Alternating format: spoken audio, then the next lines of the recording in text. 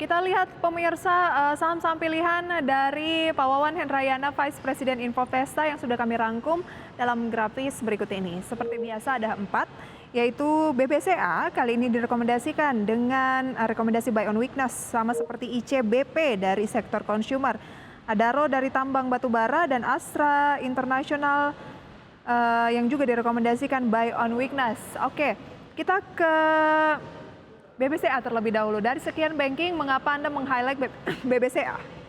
Ya, BBCA sendiri beberapa bulan terakhir ya itu terus mencetak rekor terbaru, dan kemarin itu terjadi koreksi yang untuk ukuran BBCA ya lumayan ya, sekitar 2% lebih. Jadi ini bisa jadi kesempatan untuk investor masuk, karena kalau kita melihat laporan keuangan BBCA ini masih sangat baik, dan prospek di tahun depan dengan pertumbuhan ekonomi juga targetnya 5% lagi, ya BBCA salah satu proksi yang terbaik. Lalu kedua, kalau kita bicara tentang asing, ya mereka biasanya ketika masuk kembali ke Indonesia ya, pasti yang dicari saham-saham big cap. BCA salah satunya.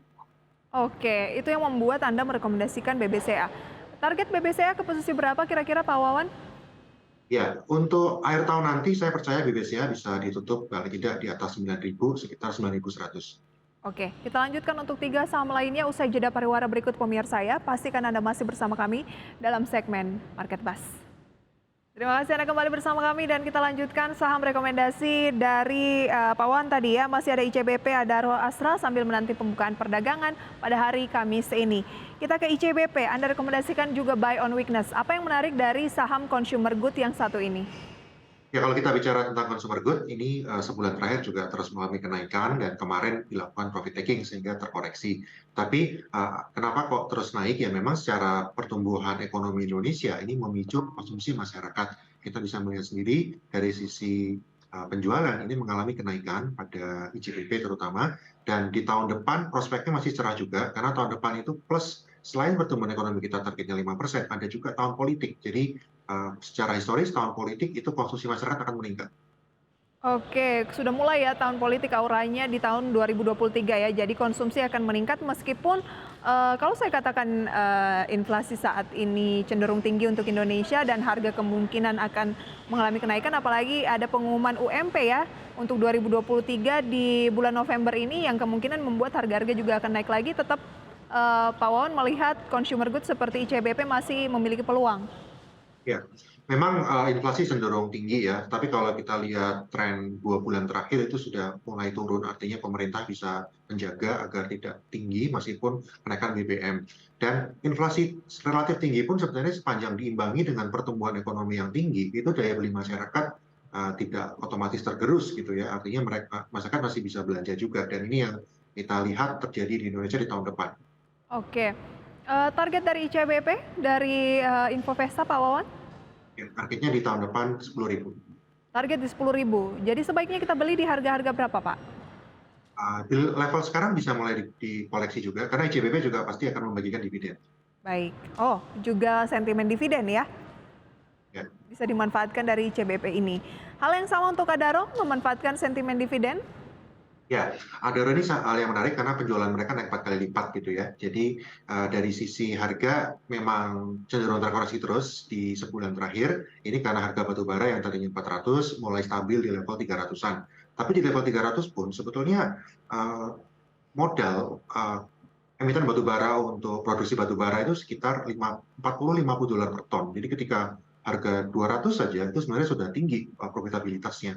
Jadi kita bisa buy on weakness, kita bisa akumulasi untuk di hold sampai dengan tahun depan, dan tahun depan sendiri pasti akan membagikan dividen yang relatif besar untuk Adaro. Oke, kalau mau masuk lagi di Adaro, sebaiknya kita antri lagi di posisi-posisi berapa Pak? Saya rasa kalau bisa di bawah 3.500 sangat menarik sekali ya untuk masuk ya. Karena ya memang sih target akhir tahun kita kembali ke 3.800, tapi di level sekarang mungkin masih ada sedikit tekanan katalis karena harga batu bara sedang turun. Tetapi laporan keuangan akhir tahunnya akan sangat baik, jadi masih bisa menjadi katalis positif tahun depan. Oke, kalau tadi Pak Wawan bilang memang belum terlalu direspon oleh bursa saham di dalam negeri ya, tapi terkait dengan Polandia yang kena rudal gitu ya, meskipun belum ketahuan rudal siapakah ini gitu ya. Tapi berarti perang antara Rusia dan juga Ukraina ini sudah melebar gitu, sudah sampai ke Polandia. Nah, jangka panjangnya akan seperti apa Pak Wawan, berarti kan perang yang berlangsung ini di kawasan Eropa masih akan cukup lama tampaknya ya, karena sudah lebih luas lagi sekarang. Nah, berbicara soal investasi, mengambil peluang dari situ, apakah juga masih akan energi sama seperti tahun 2022 ini? Iya, karena kalau kita bicara tentang energi, Rusia itu salah satu eksportir batu bara terbesar ya. Jadi ketika Rusia disanksi, ya otomatis negara penghasil batu bara salah satunya Indonesia ini yang diuntungkan karena sekarang batu bara kita diburu oleh para negara-negara lain. Dan kalau kita bicara tentang perang Rusia-Ukraina, ini banyak analis dan juga saya berpendapat tidak akan selesai dalam waktu pendek. Artinya di tahun 2023 pun itu masih akan terus berlangsung. Sehingga sektor-sektor yang umumnya diuntungkan ya masih energi, lalu terkait komoditas ya, dan juga mungkin minyak CPO. Ini yang kalau perang terus berlanjut, ya itu akan terus dibutuhkan juga oleh dunia. Kalau dari sisi dalam negeri, dengan pertumbuhan ekonomi kita yang tinggi, itu tetap sektor-sektor seperti konsumsi, lalu juga keuangan, lalu juga otomotif, yang nanti saya sarankan juga. Oke, berarti selain Adaro juga kawan-kawannya juga masih dicermati untuk di buy on weakness, tapi lebih ke memang paling tidak sampai dengan pertengahan tahun depan ya? Ya, saya sarankan sampai dengan laporan keuangannya terbit. Contohnya selain Adaro, Pak Wawan? Untuk ya memang karena ada kenaikan suku bunga ya, cost of fund memang cenderung naik. Jadi saya sarankan para emiten batubara yang hutangnya kecil, Adaro, ITMG, Oh, lalu juga PTBA, ini bisa menjadi pilihan. cari yang utangnya kecil ya. Oke, kita lihat dulu pembukaan perdagangan pada pagi hari ini Pak Wawan dan juga pemirsa. Waktu telah menunjukkan pukul 9:06. Tadi di menit-menit awal, IHSG terpantau turun 0,32%, Jakarta Islamic Index turun 0,83%, LQ45 turun 0,39%. Dari gainers pemirsa ada BBCA naik 0,29%, kemudian BELL 4,7%, TINS 1,08%, SIDO 0,65%. Top losersnya pemirsa adalah Bumi turun 0,57%, Bank Mandiri turun 0,75%, Antam turun 2,71%, Telkom turun 0,49%. Mencermati pergerakan IHSG pada pagi hari ini, Pak Wawan, apa tips investasi untuk pemirsa di rumah? Ya, sesuai prediksi tadi ya, di awal-awal akan bisa koreksi dulu sambil menunggu nanti pengumuman suku bunga dari dari BI. Jadi kalau seperti itu, ya investor bisa, saran saya buy on weakness, ada saham-saham salah satunya yang tadi sudah kita bahas. Oke, dan kalau berbicara soal instrumen investasi lain, reksadana mungkin Pak Wawan, semenarik apa untuk bulan November ini? Untuk di November ini, kalau kita bicara yang berbasis saham, ya cenderung akan terkoreksi. Tetapi yang menarik ini kalau dari yang bersisi pendapatan tetap itu mulai ada kenaikan ya. Karena meskipun memang kita masih ekspektasi bahwa suku bunga naik sekali lagi, baik di The Fed maupun di BI, tapi dengan penurunan inflasi yang ada di Indonesia dan juga di Amerika Serikat, maka tahun depan seharusnya tekanan untuk suku bunga naik ini sudah turun. Kalau seperti itu, reksadana berbasis obligasi itu bisa menarik lagi.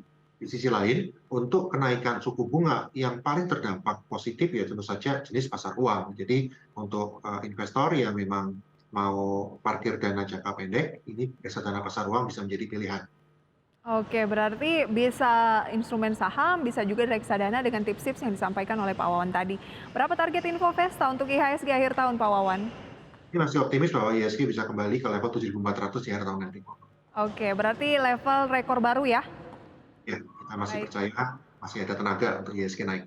Ya, semoga juga masih ada tenaga melewati bulan November ini yang memang cenderung masih agak konsolidasi ya, Pak Wawan ya. Kemudian akhirnya window dressing bisa mendorong IHSG akhir tahun ke target dari Infovesta tadi 7.400 Pak Wawan ya.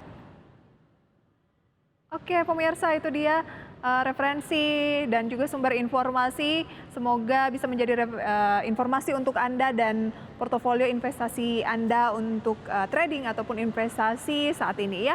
Pak Wawan, terima kasih. Sampai berjumpa kembali. Selamat pagi. Selamat pagi, sehat selalu. Sehat selalu.